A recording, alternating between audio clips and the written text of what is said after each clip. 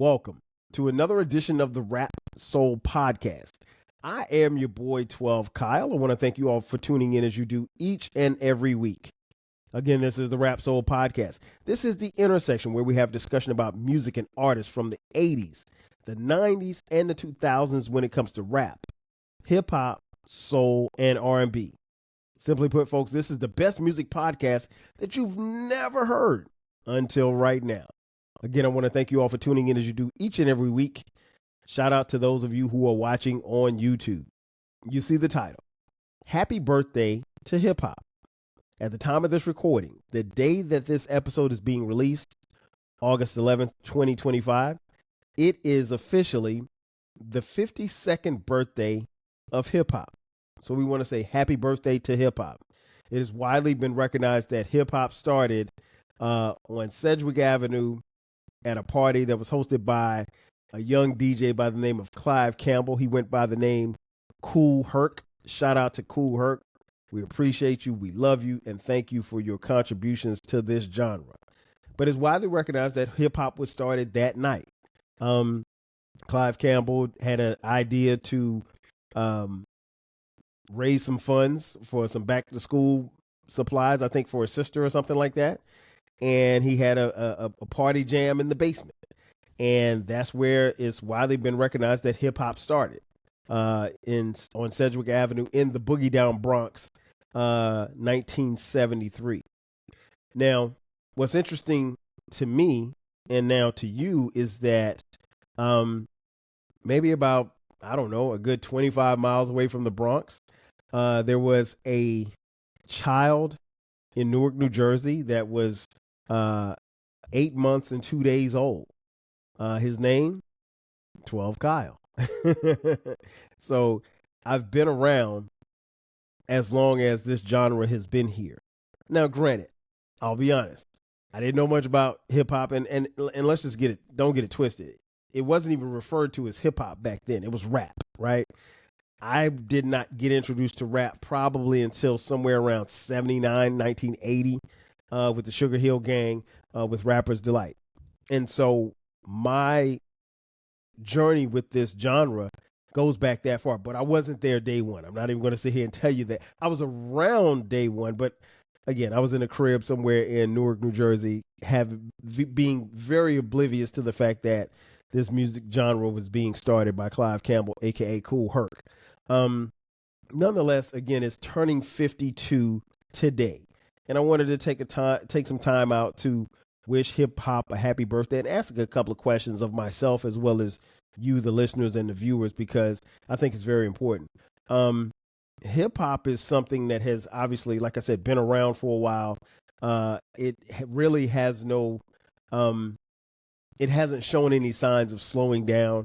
I often talk about how, as a young kid, especially as I got into, my young adolescent years of late elementary school, middle school, when I was really falling in love with the genre, falling in love with rap music more specifically, it was such a novelty. I mean, like, you just didn't know, that if it was going to be around for a long period of time, because the knock that we always heard was that, oh man, hip hop is going to be like, I'm sorry, they said, oh man, rap is just like dance, or it's just like disco. It's only going to be around. It's going to be like breaking. It's only going to be around for a little while. Nobody's going to break dance their whole life. Nobody's going to play disco their whole life. It'll be gone in 3 years. And that's what we heard. And so a young 12 Kyle really would go to school and come home and hope that rap or hip hop in this particular instance was still there. Because we had no way of knowing if it was going to be there or not when you got home from school.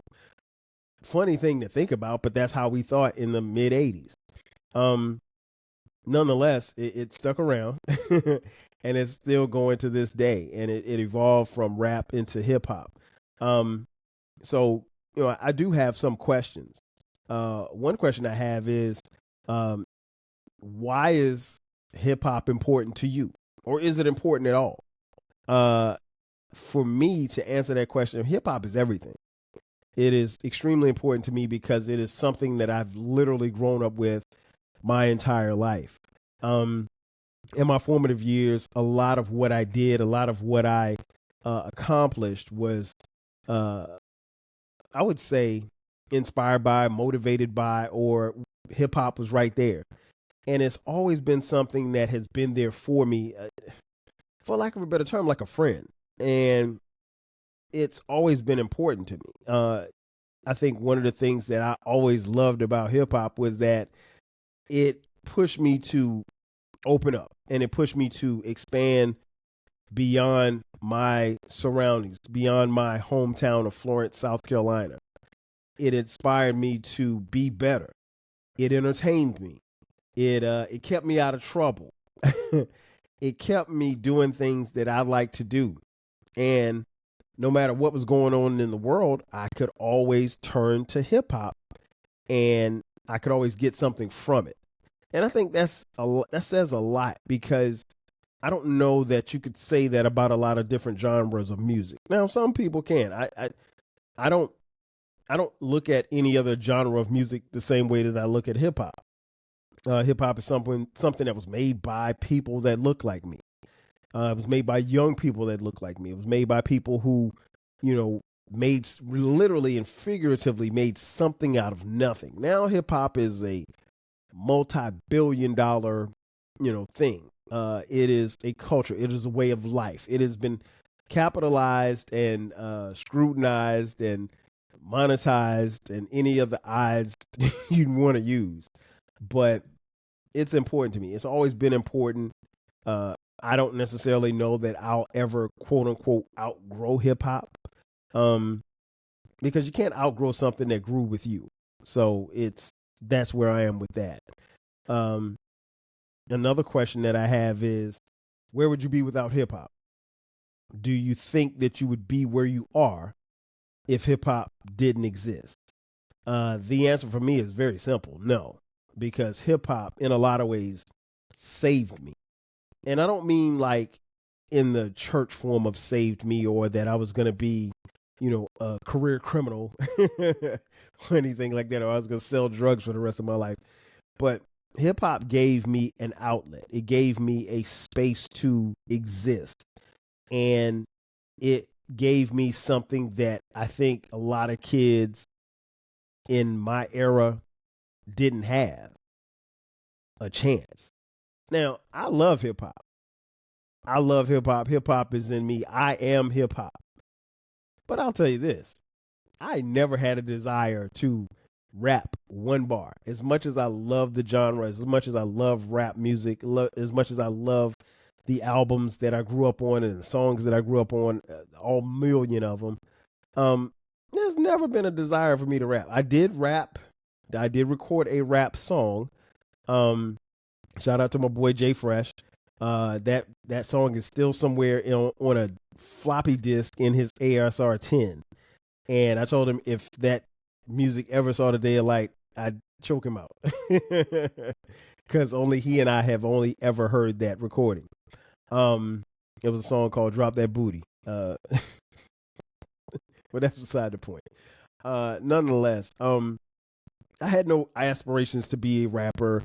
But I will say this much: I am very much in awe and have a lot of respect for those who do, because I understand that it's very, very difficult. It's not an easy thing to do, and your art is always subjective. So even now, in this space that we operate in 2025 at the time of this recording, I don't necessarily know that I would have been able to handle some of the pushback or feedback or trolling that goes on with today's fans and how they consume music. It's different than it was when I was growing up, but I mean, that was a long time ago, and we didn't have social media. All we had was the music. And quite honestly, I thoroughly enjoyed just having the music without all of the talking going on. But, it is what it is. But nonetheless, I can't tell you where I would be without hip hop. Hip hop literally saved me. More specifically, as a kid who was into the music and really relished in, being around people, like-minded people who love the genre of music, it made sense for me. It spoke to me. And I've often said this, and I always get dirty looks when I say this, but and I'm going to say it here on this podcast: I personally think that hip hop spoke to me the way that gospel music speaks to people who are, who listen to gospel music that are in the church. Gospel music never spoke to me the way that hip hop did. And there's no knock on gospel music. I'm someone who grew up in the church, and I still go to church from time to time, and I'm very spiritual, very much a religious cat. But the music doesn't move me the same way. It just doesn't. I mean, like, you could play 10,000 you could play 10,000 gospel songs, and I'll clap my hands, I'll tap my feet, but it's not the same. You put on Eric B. as president, and I'm going to whop it out. You put on Straight Outta Compton, and I'm gonna be jamming. You put on, an Uncle Luke song, and I'm gonna be jamming. You put on a Jay-Z song, and so forth and so on, all the way down the line. So, no, it doesn't do much for me. But that's what this always did, and it always has spoken to me. And it's, in a lot of ways, it saved me. And I flash back to the time when my parents got divorced.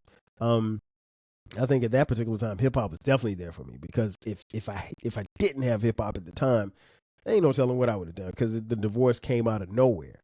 But I felt like, it was there for me, and it continued to be as I got older.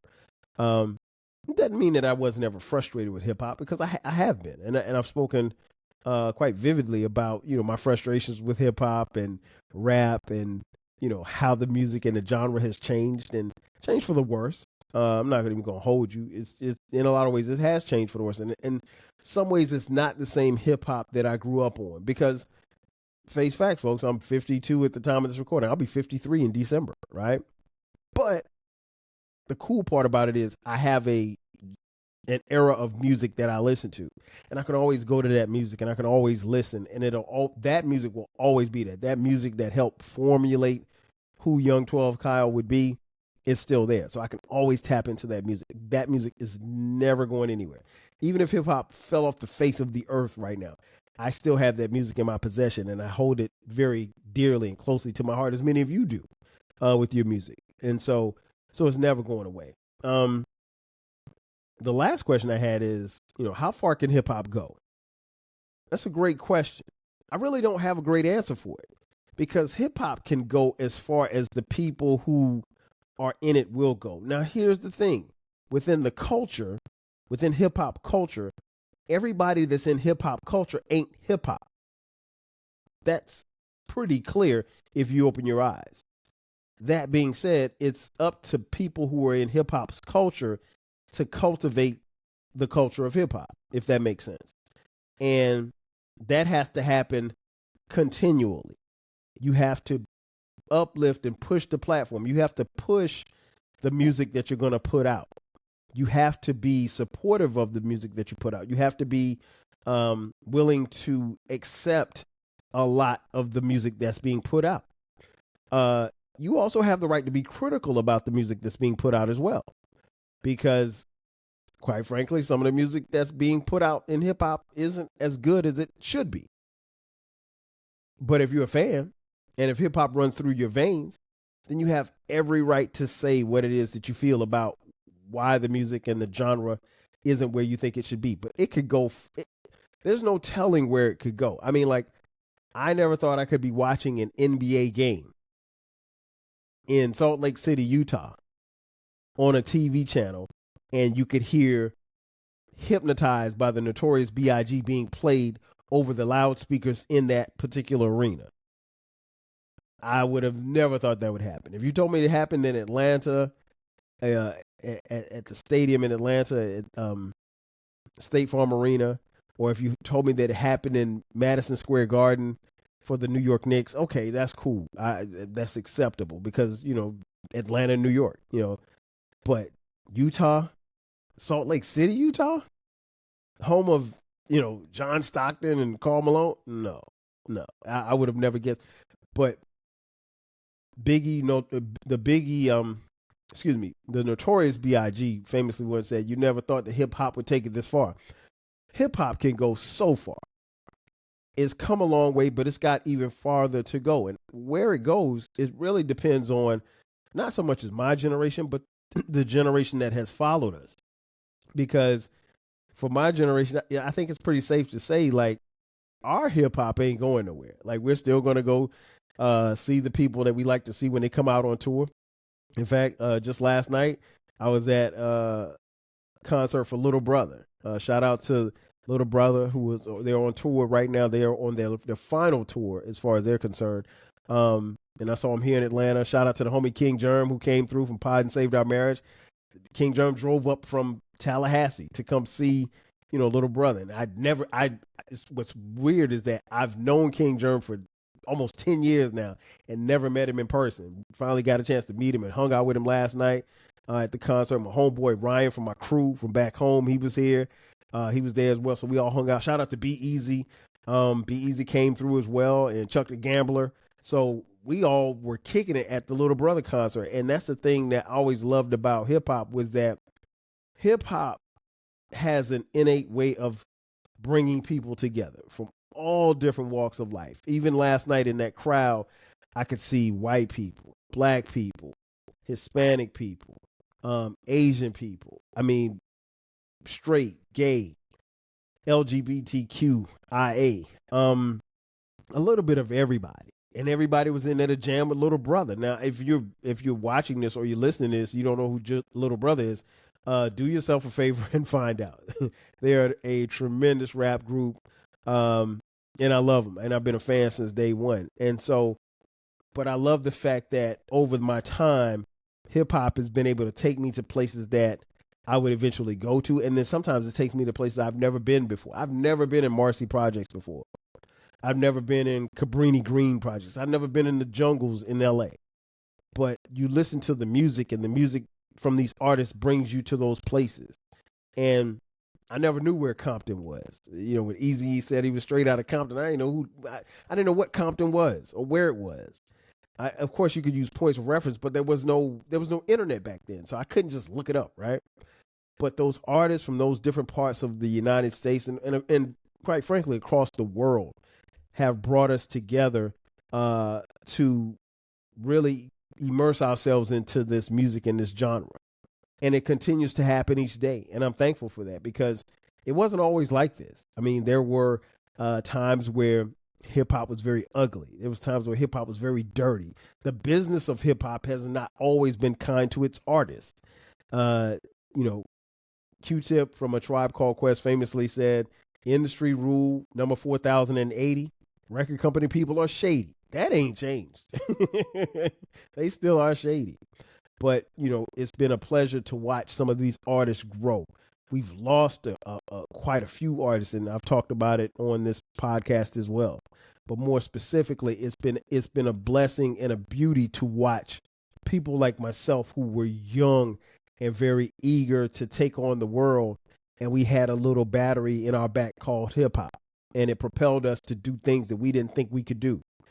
It was that time where a young 12 Kyle, who was lifting weights, getting ready to play a game for South Carolina State University, put on some DMX or some Jay-Z or some Poison Clan, and, was able to finish his lift or finish his workout because he was motivated by the music that he was listening to. And it helps. It does so much. And I can honestly say there's never been a day in my life since I've, became of age where I didn't listen to any hip hop. Never. That day I'm going to listen to some hip hop every single day. A day that I don't listen to hip hop is a day that I'm probably not around anymore. It's been that important to me. So those questions I wanted to ask to you, I want you guys to kind of think about what it is that I asked, because I think it's important. And I think, if you look at yourself, you have to ask yourself, well, what did it do for me? Or what is it doing for me? What has it done, and what can it do? And then more importantly, how far can hip hop go? It's gone so far, but it's still miles and miles. We've got so many more years. Again, it's only 52 years old. That's relatively young when you think about how long jazz has been around, rock and roll, country music, the whole nine. And so R&B as well. So what I want to challenge you is to, enjoy this music, enjoy the genre, enjoy the people that's in it. And I know that's not easy to do because, you know, sometimes it's hard with people in hip hop because you could love hip hop and just hate the people in it. But I think ultimately what we want to do as fans is hold on to something that's ours. And I get it because as much as hip hop is globally, it still belongs to me. It belongs to Clive Campbell, Kool Herc. It belongs to Run DMC. It belongs to Jay-Z. It belongs to MC Lyte. It belongs to NWA. It belongs to Salt and Pepper. It belongs to Luke and the 2 Live Crew. It belongs to LL Cool J. It belongs to Public Enemy. It belongs to, you know, Kendrick Lamar. It belongs to Nipsey Hussle. It belongs to any and everybody that you can think of. It belongs to Little Brother. It belongs to Outkast. It belongs to A Tribe Called Quest, De La Soul. I could keep going on and on and on. Ultimately, hip hop belongs to us. And as we celebrate hip hop's birthday, my challenge to you is to appreciate it, take care of it, love it, live it, and don't let it die. Because it's always been here for us, and we want to keep that going for as long as we're here. That's going to do it for me, ladies and gentlemen. Thank you for checking out this edition of the Rap Soul Podcast. If you're watching on YouTube, thank you for watching and subscribing. Share this with a friend. Like and share it with a friend. Also, we have the flagship station. Don't forget about that. It's called the 12 Kyle Podcast. We drop new episodes all across every DSP as well as YouTube on Thursdays and Sundays. The Rap Soul Podcast drops every Monday and every Friday. If you want to hit us up on social media, 12 Kyle, Rap Soul Podcast across the board. Also, we have merch for the 12 Kyle Podcast. We have merch. Just go to the 12 Kyle Podcast page, click the merch link, and you can buy 12 Kyle Podcast t-shirts, hoodies, as well as coffee mugs. We got it for the low. Again, folks, this is the Rap Soul Podcast, the place where we have intersection and discussions about rap, soul, hip-hop, and R&B from the 80s, 90s, and the 2000s. Folks, that's going to do it for me. I am your boy, 12 Kyle. I'll catch you guys next time. 5,000. Cheers.